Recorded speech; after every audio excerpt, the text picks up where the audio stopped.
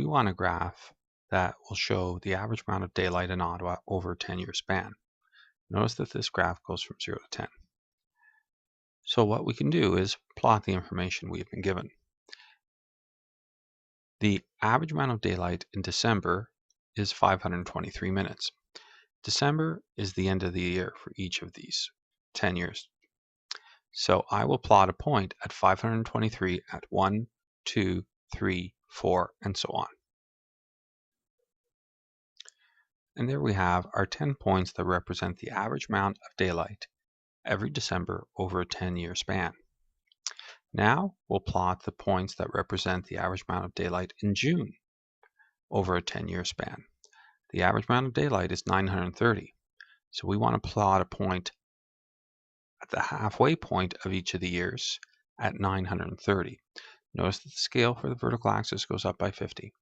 So 930 would be right about here. We're going to repeat this for the rest of the 10-year cycle. Now we've plotted all 10 points that represent the average amount of daylight in June.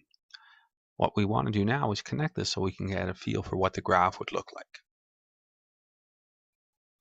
So now I've drawn and connected all my points on the graph to create what the function would look like. It looks like I have a trigonometric graph.